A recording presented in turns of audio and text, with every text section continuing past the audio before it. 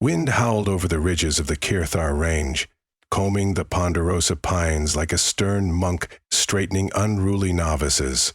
Brother Silas, hands numb beneath his wool sleeves, followed the goat path that curled up to the maw of the world, an oval of black carved into the mountain's limestone flank. Rumor in the lowlands called it an ordinary cave. The devout knew better. Chisels rang beneath that stone lip day and night, carving prayers into stalactites that held horrors too powerful to speak aloud. At the threshold, Silas paused. The maw breathed a damp exhalation that smelled of iron and candle smoke. He swallowed, drew the bronze bell from his satchel, and struck it softly. 3 notes quavered through the opening. Almost immediately, a pale glow bloomed in the dark. Brother Christoph, lantern held high, eyes half-moons of recognition. "Welcome, archivist," the older monk said. "The grotto heard you coming." Silas bowed, brushing away drifting snowflakes from his cowl. "Peace be upon this hollow." "And upon its keeper," Christoph replied. "Come quickly, the veins of the mountain ache tonight." They stepped inside. The lantern's light bounced across countless stalactites descending like ivory fangs, each etched with minuscule script that spiraled from root to tip, a river of words frozen mid-fall. Between formations, other monks moved in silence, scraping prayers onto new limey fingers that had sprouted since dawn. The air vibrated with things unspoken, the residue of sobs from widows, confessions of soldiers, laments of children who died before walking. All that living grief, distilled into calcium and syllable, glimmered overhead. Silas had studied the practice for years in dusty libraries of the capital, how the monastery of St. Auspix began in the 9th century when plague and invasion cracked the world open. No ordinary scroll could contain the agony of that age, the chronicles said. So the early brothers fled to these caverns and wrote sorrow into rock, trusting stalactites slow, patient, enduring to hold what parchment could not. Each droplet that lengthened the stone also sealed another layer of suffering, locking it away in cold stalagmitic sleep. He carried with him a bound ledger and an official seal, both from the ecclesiastic council. His mission? Audit the grotto's structural integrity. A recent tremor had rattled villages for leagues, and bishops feared that if even one carfang broke, unspeakable torment would leak back into creation. Silas had volunteered, partly out of duty, partly out of curiosity, but mostly because the world outside held too many bright surfaces. Down here, truth was honest and damp. It did not pretend. The first day passed in measured steps. Silas trailed Christoph through chambers named for the emotions they contained. The vault of widows, the scriptorium of orphans, the nave of betrayed kings. He examined chains, anchoring especially heavy stalactites, scribbled notes about mineral fatigue, tapped formations with a tuning fork to hear subtle fractures. In every alcove he whispered the blessing of reinforcement, though his breath smoked in the chill and his voice almost vanished under the constant drip, drip, drip. At dusk, they climbed to the refectory carved halfway to the surface, where narrow windows gathered twilight like thin bowls of indigo. Other monks greeted Silas with murmured gratitude. Few visitors braved the trek. Baskets of mushrooms and moss bread lined the long table. They ate quietly, for silence here was not mere discipline, but respect for the millions of sorrow sleeping underfoot. After plates were cleared, Abbot Gerhard arrived, stooped yet unbent, graybeard braided with waxed thread. "The ledger," he said, gesturing. Silas passed it over. "Preliminary findings. No acute risk yet. Some stalactites in the nave show hairline cracks." The abbot grimaced. "We have sensed their restlessness. There are also new arrivals from the lowlands, pilgrims bearing fresh pain. Always fresh." He closed his eyes, as though listening to a choir only he could hear.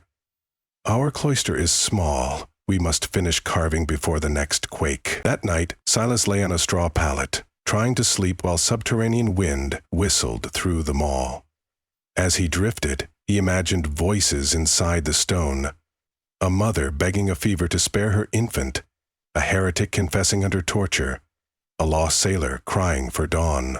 The prayers were not words anymore, but vibrations, like blood pulsing in the ear.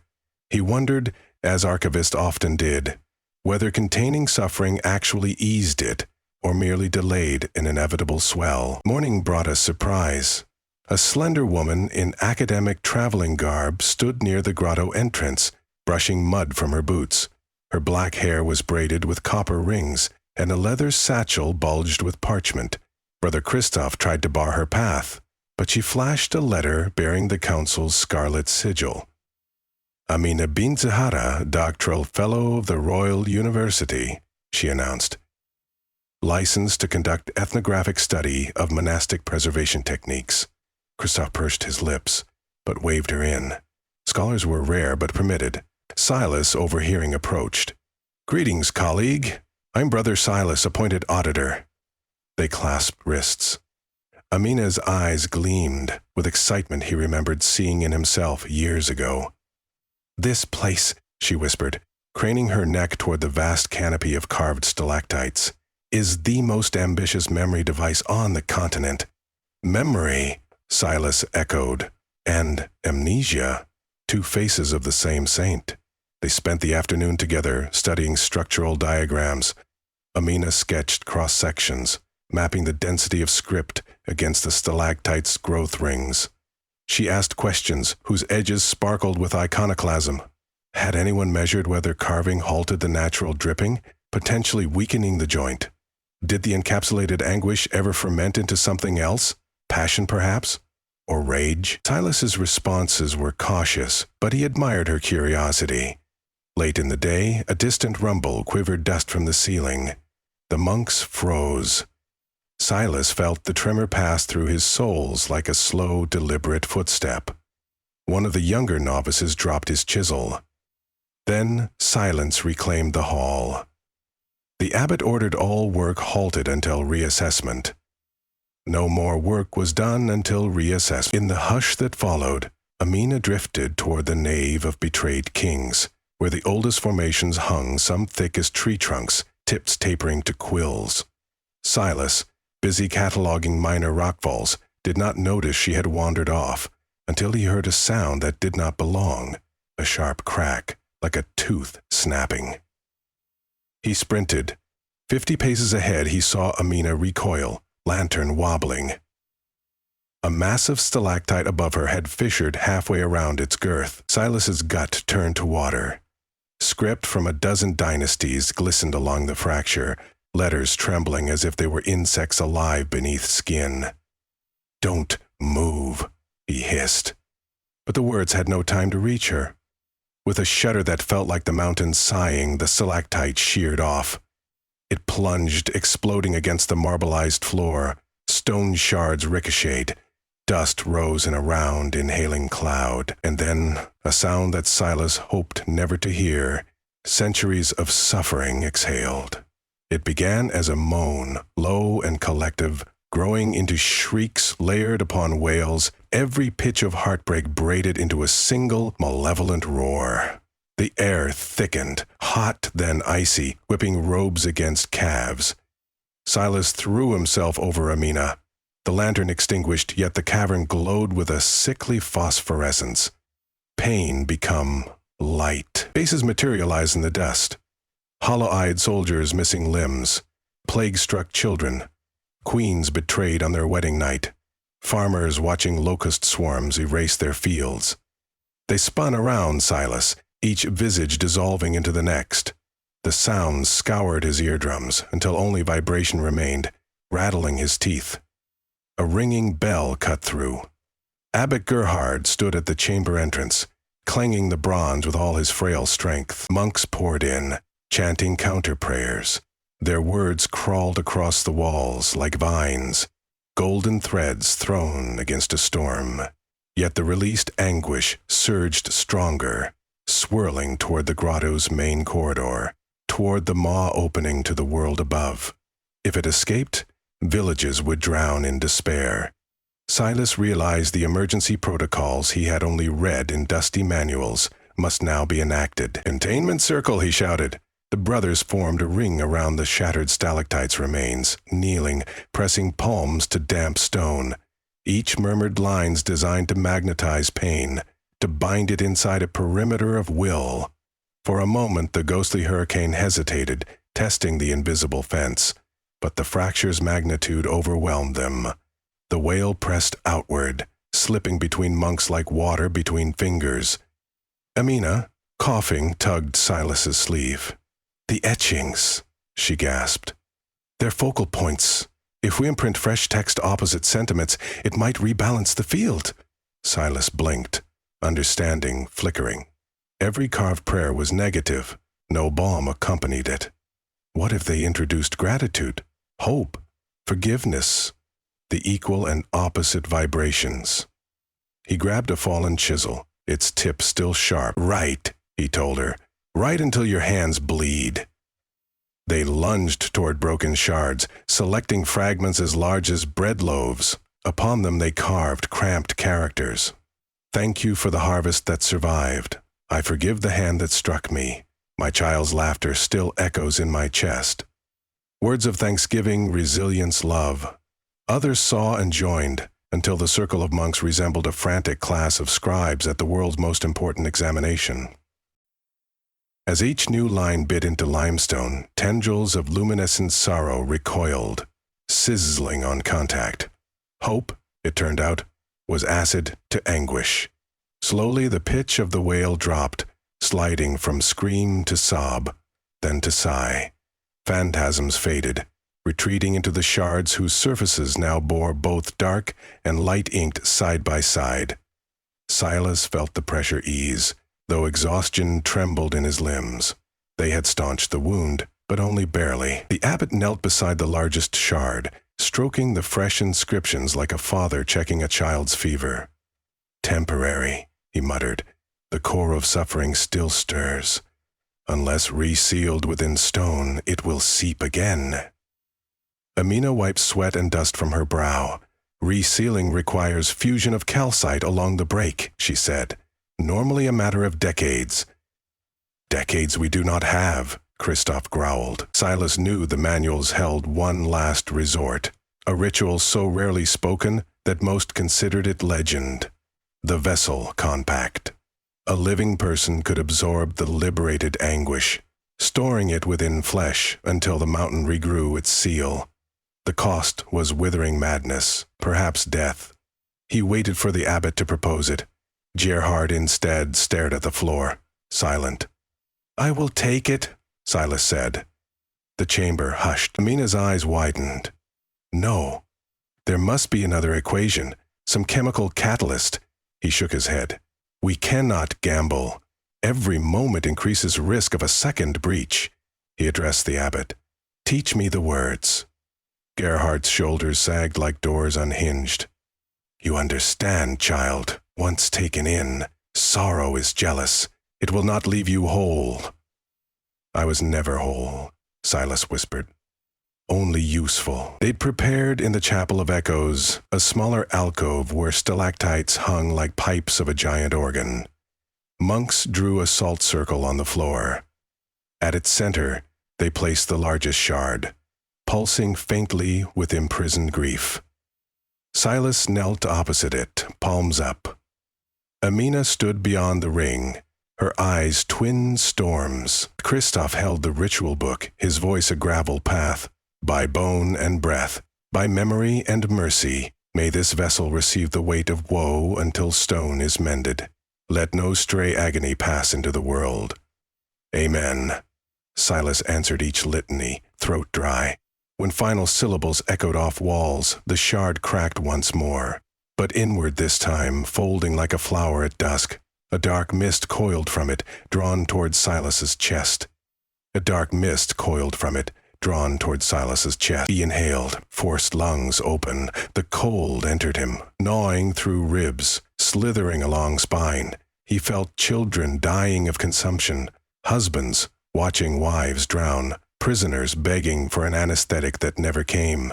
Centuries ransacked his mind in a heartbeat. He screamed. It echoed, higher than any stalactite, lower than any organ pipe. Monks held their positions, chanting, voices steady, though tears streamed down cheeks. Amina watched, fists clenched, nails biting her palms. At last, the last filament of anguish sank into Silas. The shard lay dull, an ordinary piece of rock. Silence collapsed over the chapel, thick as velvet. Silas remained kneeling, chest heaving. Around him, salt lines blackened, then crumbled. Ritual complete. They helped him to a cot within the infirmary. His eyes looked centuries old. Amina sat beside him through the night, recording subtle twitches, talking softly about the constellations she had mapped in her student days. Sometimes he answered in tongues she did not recognize, likely dialects of long-gone kingdoms. Occasionally, he wept without sound. Days passed. Sealing mortar was packed into the navis floor, and monks re-anchored surviving stalactites with reinforced iron braces. The abbot ordered 2 novices to chisel new prayers of equilibrium. For every lament inscribed, a hymn of gratitude must follow. Sorrow alone, they realized, was unstable. Memory must hold light and dark in equal tension. Amina petitioned to remain as caretaker. The council approved, once her report described the near catastrophe and Silas's sacrifice. She devised a schedule for balanced inscriptions, based on harmonic ratios between negative and positive sentiments. Then, we transferred the self-consciousness to acentralic ratios. The monks jokingly called her their alchemist of feelings. Meanwhile, Silas drifted on a sea of borrowed pain. Sometimes he woke lucid, eyes clear as meltwater, discussing ledger columns. Other times, shadow overtook him, and he whispered lines that made even stone shiver. The infirmarian worried the burden would hollow him into madness. Then, at the turn of the new moon, a second quake rattled the mountains. The grotto held. Limestone flexed, but did not fracture.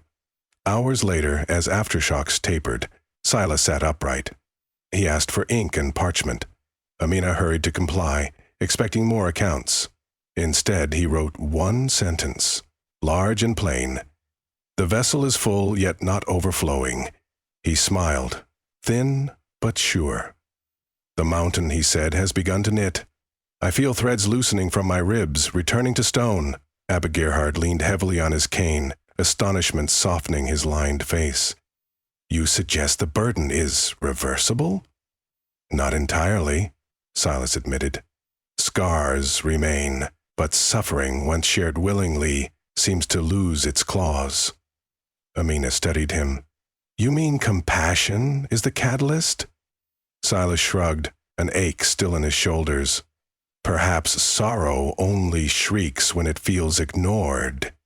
Spring broke over the Kirthar range. Meltwater traced silver paths down cliffs, feeding forests below.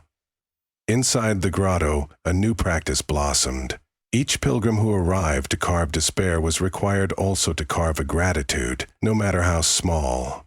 A warm meal, a stranger's smile, a snowdrop piercing frost. The stalactites grew twin helixes of dark and light script. The music of chisels carried a different cadence, less dirge, more hymn. Silas regained strength enough to walk among the chambers. When he passed the reattached shard, he placed a hand upon it. It felt cool, almost indifferent, as if the rock itself no longer remembered the tempest it had unleashed. He found relief in that forgetfulness. Not all memories deserved eternal life.